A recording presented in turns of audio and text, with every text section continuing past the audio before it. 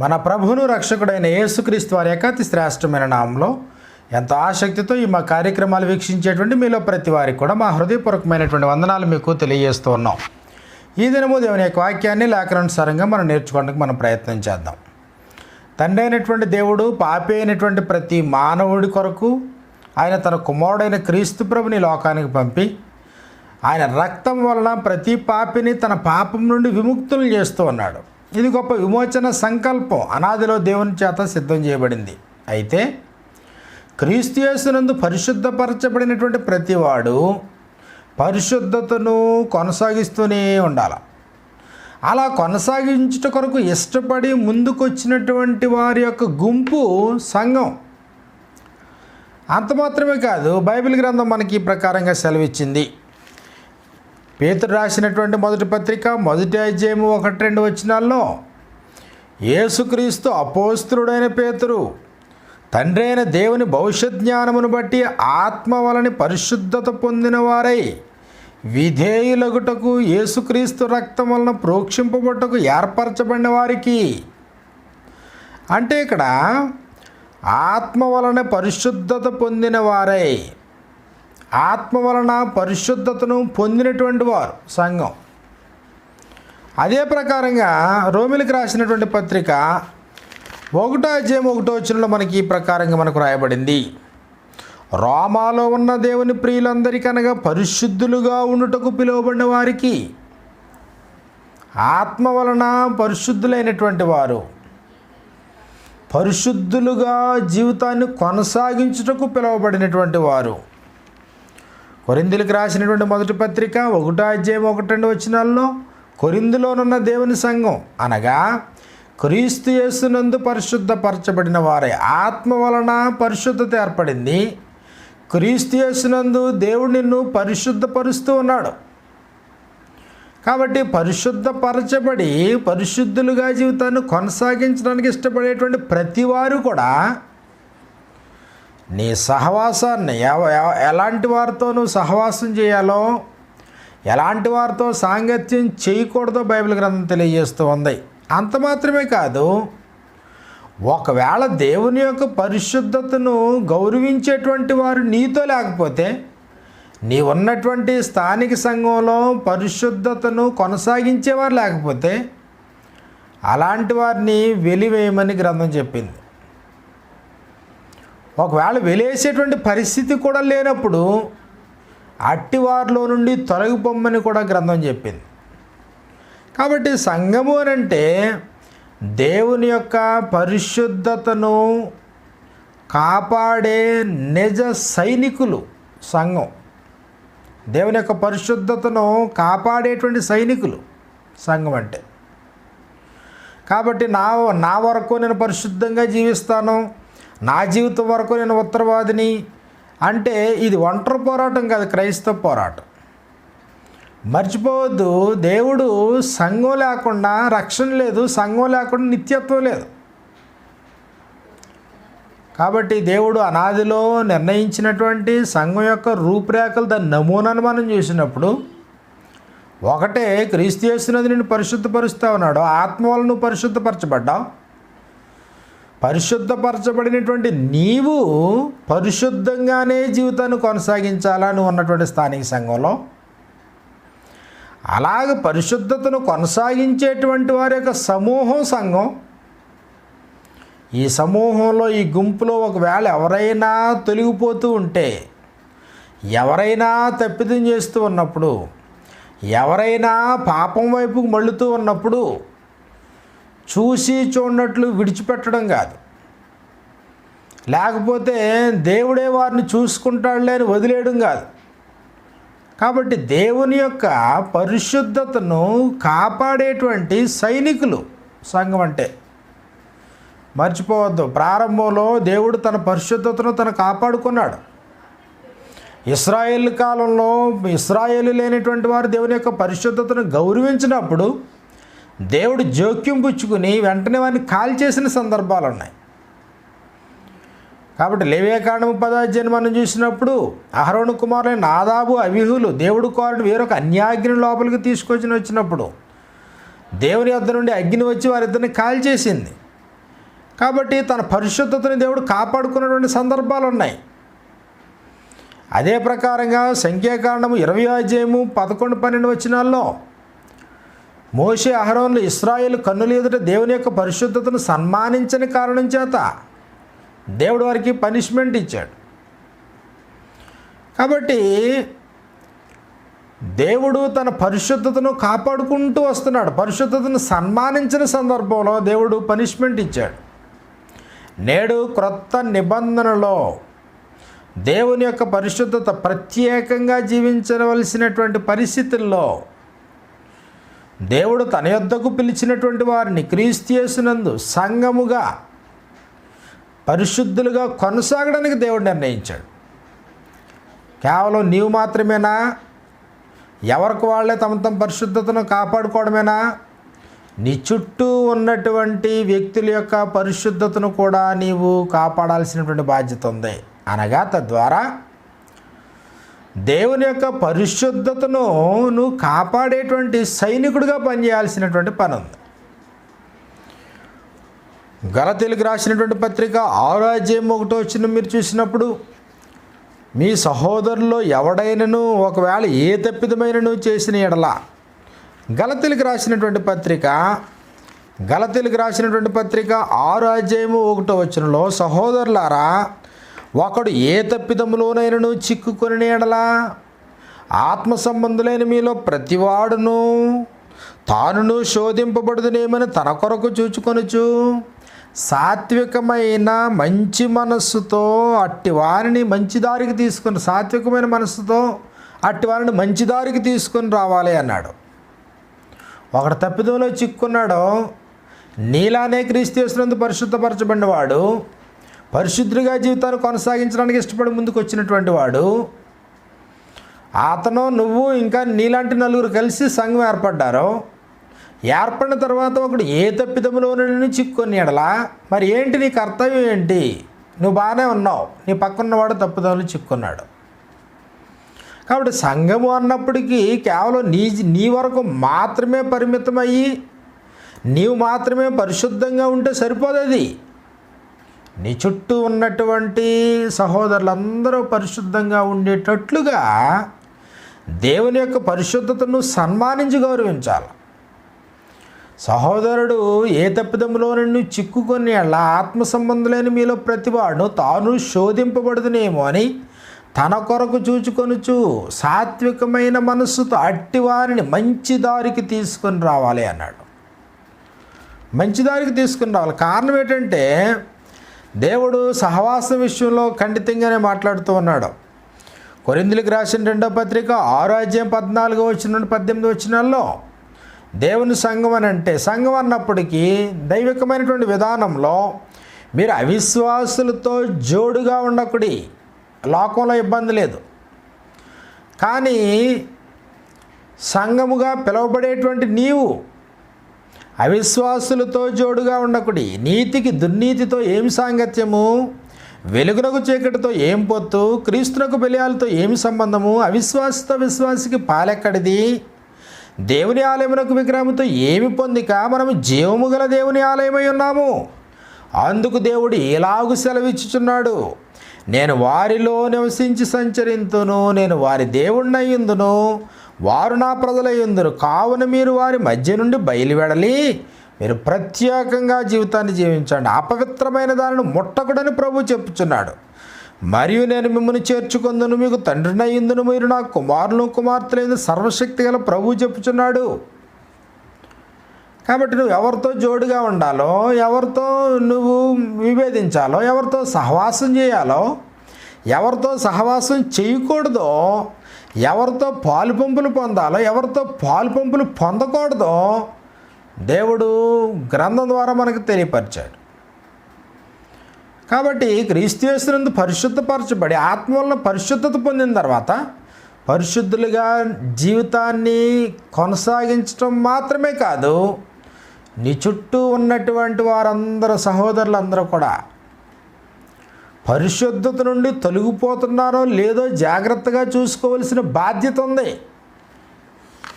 కొరింథీయులకు రాసినటువంటి మొదటి పత్రిక 5వ అధ్యాయము 10-11 వచనాల్లో మనకి ఈ ప్రకారంగా మనకు రాయబడింది. కొరింథీయులకు రాసినటువంటి మొదటి పత్రిక 5వ అధ్యాయము 9-10 నుంచి, జారులతో సాంగత్యం చేయవద్దని నా పత్రికల్లో మీకు వ్రాసి ఉంటుని. జారులతో సాంగత్యం చేయదు. ఏ జారులు? లోకంలో ఉండే జారులా, సంఘంలో ఉండే జారులా అన్నప్పుడు లోకంలో ఉండే జారుల గురించి మాట్లాడలేదు. అయితే ఈ లోకపు జారులతోనైనను, లోబులతోనైనను, దోచుకుని వారితోనైనను, విగ్రహారాధికులతోనైనను ఏమాత్రమును సాంగత్యము చేయవద్దని కాదు. అది కాదని అర్థం. జారులతో సాంగత్యం చేయొద్దంటే మరి ఏం చేయాలి? మరి 11వ వచనంలో, నువ్వు ఎలాగైతే క్రీస్తు యేసునందు పరిశుద్ధపరచబడి పరిశుద్ధుడిగా జీవితాన్ని కొనసాగిస్తూ ఉన్నావో, నీతో పాటు పరిశుద్ధతలో కొనసాగేటువంటి వారిలో ఎవరైనా, సహోదరులు అనబడిన వారిలో ఎవరైనా జారుడున్నాడు అనుకో, అప్పుడు నువ్వేం చేయాలా? సర్లే అండి, నేను జారుడు కాదు, వాడే జారుడు కాబట్టి అతని లెక్క దేవునికి అతని లెక్క అప్పు చెప్పుకుంటాడో, నా బతుకు నాది అంటే కుదురుతుందా? దేవుడు దాన్ని సీరియస్గా పరిగణిస్తా ఉన్నాడు. పరిశుద్ధపరచబడి పరిశుద్ధుడిగా కొనసాగితే మాత్రం సరిపోదు. నువ్వు పరిశుద్ధుడిగా కొనసాగుతూ నీ ఉన్నటువంటి స్థానిక సంఘంలో సహోదరుడుగా పిలువబడుతున్న వారు ఎవరైనా ఉంటే, ఒకటే అలాంటి వారితో నువ్వు సాంగత్యం చేయకూడదు. 2 అలాంటి వారిని మీలో నుండి వెలేయండి. 3 అట్టివారిలో నుండి మీరు తొలగిపోండి. దేవుని యొక్క పరిశుద్ధతను కాపాడే నిజ సైనికులు సంఘం, క్రొత్త నిబంధన సంఘం. కాబట్టి సహోదరుడు అనబడిన వాడు ఎవడైనను జారుడు కానీ, లోభి కానీ, విగ్రహారాధికుడు కానీ, తిట్టుబోతు కానీ, త్రాగుబోతు కానీ, దోచుకునివాడు కానీ అయ్యున్న ఎడల అట్టి వానితో సాంగత్యము చేయకూడదు, భుజింపను కూడదని మీకు వ్రాయిచున్నాను. అటువంటితో సాంగత్యం చేయొద్దు, అటువంటితో భుజించొద్దు, అటువంటితో సాంగత్యం చేయొద్దు, అటువంటితో కలిసి భుజించొద్దు సహోదరుడు అనబడిన వారిలో. కాబట్టి క్రీస్తు యేసునందు పరిశుద్ధపరచబడి పరిశుద్ధులుగా జీవితాన్ని కొనసాగిస్తూ, నీలానే పరిశుద్ధతను కొనసాగించడానికి ఇష్టపడి ముందుకు వచ్చినటువంటి గుంపుతో నువ్వు జీవితాన్ని జాగ్రత్తగా గడపాలి. ఒకవేళ దేవుని యొక్క పరిశుద్ధతలో మనుషులు కొనసాగకుండా తప్పిపోతూ ఉంటే అలాంటి వారి విషయంలో బహుజాగ్రత్తగా ఉండాలి. మత్తయి సువార్త 18వ అధ్యాయంలో మనకి ఈ ప్రకారంగా మనకు రాయబడుతుంది. మత్తయి సువార్త 18వ అధ్యాయము 15వ వచనం నుండి 20వ వచనం వరకు, మరియు నీ సహోదరుడు నీ ఎడల తప్పిదము చేసిన ఎడల, నీ సహోదరుడు నీ ఎడల తప్పిదం చేస్తే నీవు పోయి నీవును అతడును ఒంటరిగా ఉన్నప్పుడు అతన్ని గద్దించుము. అతడు నీ మాట విని ఎడల నీ సహోదరుని సంపాదించుకుంటావు. అతడు ఒకవేళ వినకపోతే 2-3 సాక్షుల నోట ప్రతి మాట స్థిరపడినట్టు నీవు ఒకరిద్దరిని వెంట పెట్టుకొని అతని యొద్దకు పొమ్ము. అతడు వారి మాటయు వినని ఎడల ఆ సంగతి ఇప్పుడు సమాజానికి, సంఘానికి అంతటికే తెలియజేయి. ఒక సహోదరుడు నీ ఎడల తప్పిదం చేశాడు. గలతీయులకు రాసిన పత్రిక 6వ అధ్యాయం 1వ వచనంలో, సహోదరుడు తప్పిదంలో చిక్కున్నాడు, నీ విషయంలో కాదు, ఏదో తప్పిదంలో చిక్కున్నాడు. సాత్వికమైన మనస్సుతో అట్టివారిని మంచి దారికి తీసుకుని రావాలి.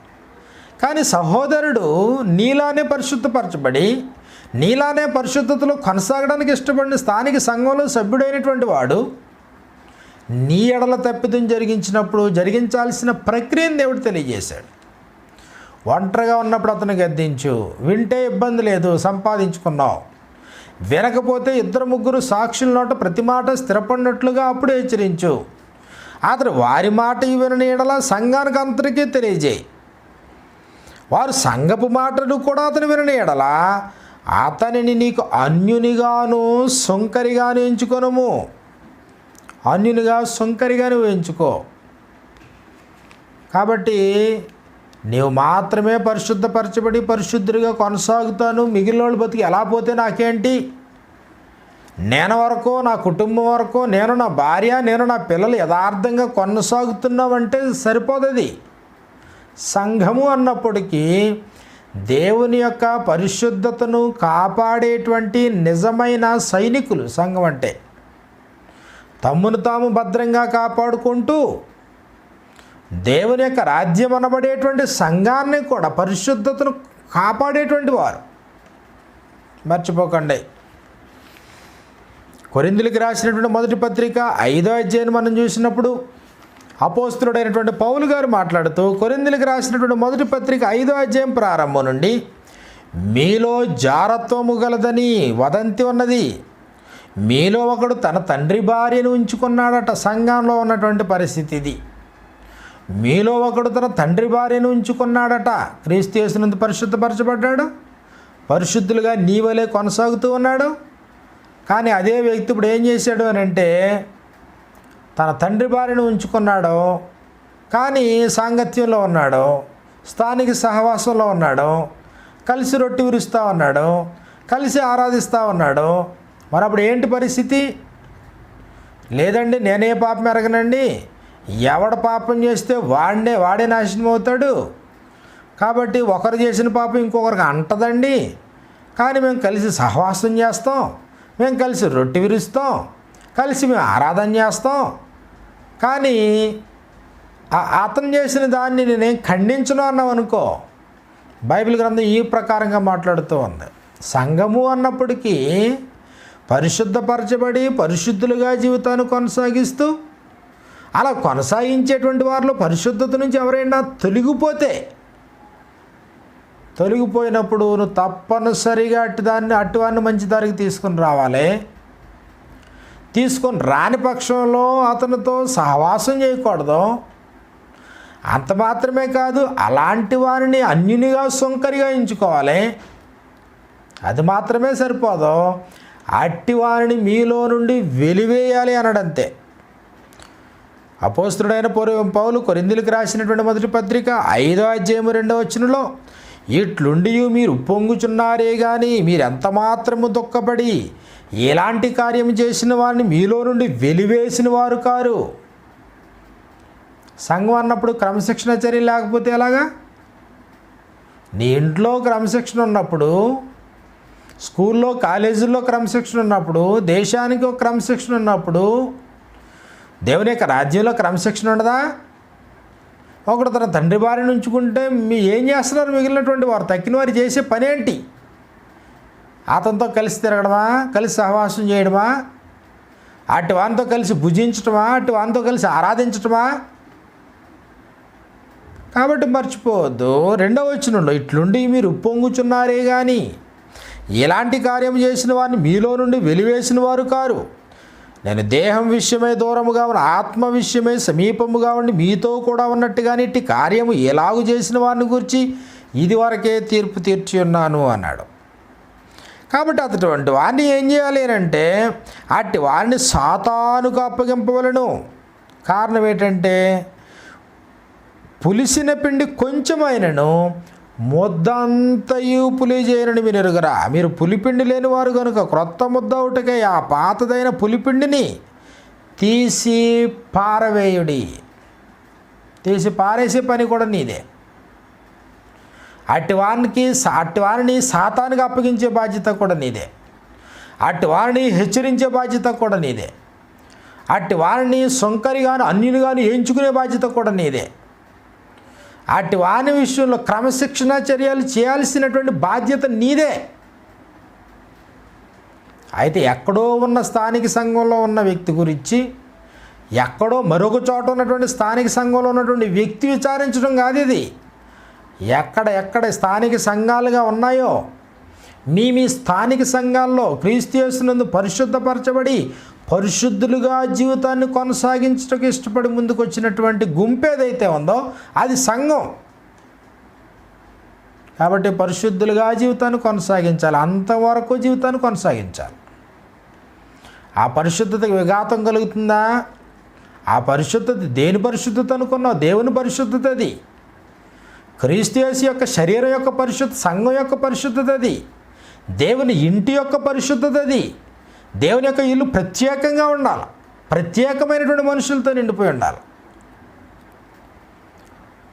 కాబట్టి నాకేంటి అనుకునే పరిస్థితి లేదు సంఘం అన్నప్పుడు. సంఘం అంటే ఎవరు? క్రీస్తు యేసునందు ఆత్మ వల్ల పరిశుద్ధపరచబడిన నీవు పరిశుద్ధులుగా జీవితాన్ని కొనసాగిస్తూ నీవు ఏ ఇంట్లో అయితే ఉన్నావో ఆ దేవుని యొక్క ఇంటి పరిశుద్ధతకు విఘాతం కలుగుతూ ఉన్నప్పుడు ఒక సైనికుడు వలె ఆ పరిశుద్ధతకు విఘాతం కలిగేటువంటి పరిస్థితిని అరికట్టాలి. అలాంటి వారి గుంపు సంఘం. కాబట్టి ఎవరి జీవితం గురించి, ఎవరి స్వార్థం గురించి, ఎవరి బ్రతుకు గురించి వారు ఆలోచించుకుంటా, వాళ్ళు తిట్టుబోతైనా, త్రాగుబోతైనా, దోషకుడైనా, లేకపోతే వ్యభిచారైనా, మోసగాడైనా, లోబి అయినా, ఎవరైనా అందరూ కలిసి కూర్చుని పాటలు పాడుకొని, అందరూ కలిసి కూర్చుని దేవుని యొక్క ఉపదేశాన్ని విని, అందరూ కలిసి కూర్చుని క్రీస్తు ప్రభు యొక్క బలలో పాల్గొని అందరూ కలిసి కూర్చుని సంఘ క్షేమాభివృద్ధి గురించి మాట్లాడుతూ ఉంటే నీ సహవాసం అర్ధరహితం. నీ ఆరాధన దేవుడు అంగీకరించేదో కాదో, నువ్వు చేసేటువంటి భక్తి ప్రయోజనకరమో కాదో నువ్వు గుర్తించు. మర్చిపోవద్దు, దేవుని యొక్క ఇంటి వాతావరణం పరిశుద్ధమైంది. దేవుడు పిలిచింది అందుకొరకే. తెస్సలోనికైలకు రాసినటువంటి మొదటి పత్రిక 4:3 మనకి ఈ ప్రకారంగా మనకు రాయబడింది. తెస్సలోనికైలకు రాసినటువంటి మొదటి పత్రిక 4:3 మీరు పరిశుద్ధులగుటయే అనగా మీరు జారత్వమునకు దూరముగా ఉండుటయే దేవుని చిత్తము. పరిశుద్ధులు అవ్వాలి, ప్రత్యేకంగా జీవితాన్ని కొనసాగించాలి. జారత్వమునకు దూరముగా ఉండుటయే దేవుని యొక్క చిత్తము. మీలో ప్రతివాడును దేవుని ఎరగని అన్యజనుల వలె కామాభిలాష ఎందుగాక పరిశుద్ధత ఎందును ఘనత ఎందును తన ఘటమును, ఎవరి ఘటన వారే తన ఘటమును ఎట్లు కాపాడుకొనవలెనో అది ఎరిగియుండుటయే దేవుని యొక్క చిత్తం. తన ఘటాన్ని కాపాడుకునేటువంటి ఈ సమయంలోనే దేవుని యొక్క ఇంటి పరిశుద్ధతను కూడా కాపాడాల్సినటువంటి బాధ్యత ఉందని మర్చిపోవద్దు. నీ ఉన్నటువంటి స్థానిక సంఘం యొక్క పరిశుద్ధతను కూడా కాపాడాల్సినటువంటి బాధ్యత దేవుడు నీ మీద పెట్టాడని మర్చిపోవద్దు. అందునిమిత్తమే నీవు క్రీస్తు సైనికుడు అనేటువంటి విషయాన్ని నువ్వు మర్చిపోవద్దు. కెరూపులు, శరాపులు అనేటువంటి వారు దేవుని యొక్క పరిశుద్ధతను సన్మానించినటువంటి వారు 6 రెక్కలతో 2 రెక్కలతో తమ కాళ్లను తమ ముఖాన్ని కప్పుకుని దేవుడు పరిశుద్ధుడు పరిశుద్ధుడు పరిశుద్ధుడు ప్రతిగానములతో ఆయన స్తుతించేటువంటి వారు. ఈరోజు మర్చిపోవద్దు, రాజులైన యాజక సమూహంగా తీర్చిదిద్దబడినటువంటి క్రైస్తవులు దేవుని యొక్క పరిశుద్ధతను కాపాడాలి, సంఘం యొక్క పరిశుద్ధతను కాపాడాల్సినటువంటి బాధ్యత ఉంది. కాబట్టి తన ఘటాన్ని కాపాడుకోవడం మాత్రమే కాకుండా తన చుట్టూ ఉన్నటువంటి పరిశుద్ధుల యొక్క జీవితాలను కూడా క్రమపరచటం. తప్పిపోతున్నాడా? నీ సహోదరుడు ఏ విషయంలోనే తప్పిపోయాడా? కాబట్టి మీరును శోధింపబడుదురు, మిమ్మును గురించి చూచుకొనుచు సాత్వికమైన మన అట్టువారిని మంచి దారికి తీసుకునిరా. ఒకవేళ నీ సహోదరుడు నీ విషయంలో తప్పిదం చేశాడా, వ్యక్తిగతంగా గద్దించు, 2-3 సాక్షుల నోట నువ్వు హెచ్చరించు, లేదా సంఘానికి తెలియజేయి. అప్పటికి నువ్వు వినకపోతే అన్యునిగా సొంకరగా నువ్వు ఎంచుకో. ఒకవేళ ఈ సహోదరుడు అనబడిన స్థానిక సంఘంలో ఉన్నటువంటి మరొక సభ్యుడు ఏదైనా పాపం చేసి పాపంలో కొనసాగుతూ ఉన్నాడా, నువ్వు అలాంటి వారిని నీలో పెట్టుకుని నువ్వు పొంగొద్దు. అలాంటి వారిని వెలివేయి, సాతానుగా అప్పగించు. కాబట్టి పులిపిండి లేని ముద్ద ఒకటికి ఆ పాతదైన పులిపిండిని తీసి పారేయి. కాబట్టి సంఘం అంటే ఎప్పుడు కూడా మనుషుల్ని రమ్మని మనుషుల్ని శోధించి, మనుషుల్ని పిలిచి, మనుషుల్ని ఏదో రకంగా మార్పిడి చేసుకుంటూ మనుషుల్ని రాబట్టుకోవడం మాత్రమే కాదు. సంఘం ఐక్యతలో, ప్రేమలో ఎంత మాధుర్యాన్ని అయితే కనపరుస్తూ ఉన్నారో, దేవుని యొక్క పరిశుద్ధతకు విఘాతం కలుగుతున్నప్పుడు అంత కఠినత్వాన్ని కూడా ప్రదర్శించాల్సిన బాధ్యత ఉంది. అది లేనప్పుడు అనాదిలో దేవుడు ఏర్పాటు చేసిన నిర్ణయించినటువంటి సంఘంలో నువ్వు లేవనే వాస్తవాన్ని గుర్తించు. క్రమశిక్షణ చర్యలు లేనటువంటి స్థానిక సంఘంలో కొనసాగుతూ ఉంటే, నువ్వు ఉన్నటువంటి స్థానిక సంఘంలో క్రమశిక్షణా చర్యలు లేకపోతే, ముద్దంతా పులిసిపోకుండా ఉండుట కొరకే పాతదైనటువంటి పులిపిండిని తీసి పారవేసే పరిస్థితుల్లో వాతావరణం లేకపోతే, సాత్వికమైన మనస్సుతో అటు వాళ్ళని మంచి దారికి తీసుకుని వచ్చేటువంటి వాతావరణం లేకపోతే, పాపం చేసినటువంటి వారిని అటువానితో సహవాసం చేయకుండా, అటువానితో కలిసి ప్రభురాత్రి భోజనం తీసుకోకుండా వెలివేసేటువంటి పరిస్థితుల్ని స్థానిక సంఘంలో లేకపోతే, నువ్వు అత్యంత ప్రమాదకరమైన పరిస్థితుల్లోనూ కొనసాగుతూ ఉన్నావు అనేది వాస్తవం.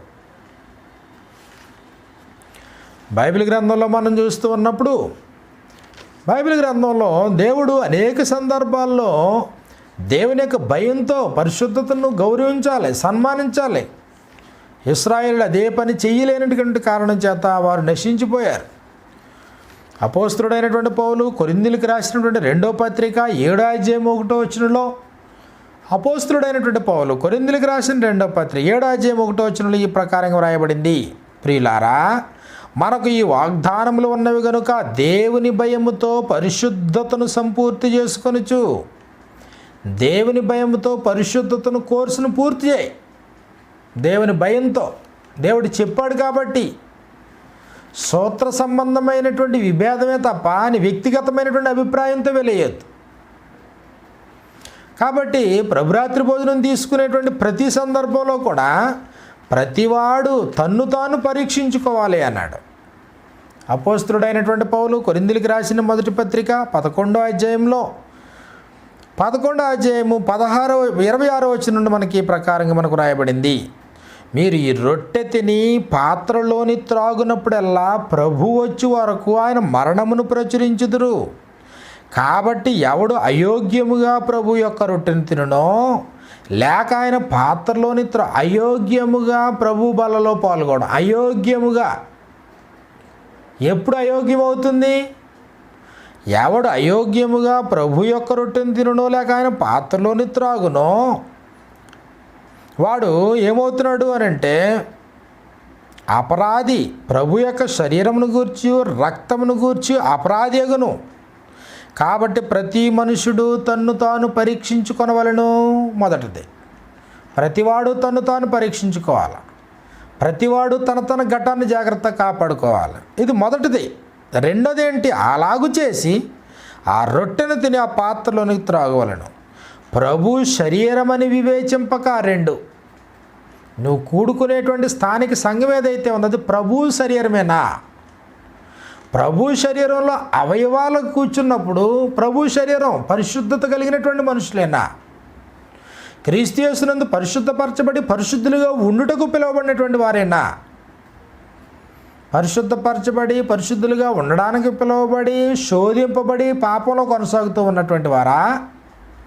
అయితే నువ్వు వివేచించట్లేదు. ప్రభు శరీరం అని వివేచింపక ఆ రొట్టె తిని పాత్రలను త్రాగువాడు తనకు శిక్షావిధి కలుగుటకే తిని త్రాగుచున్నాడు.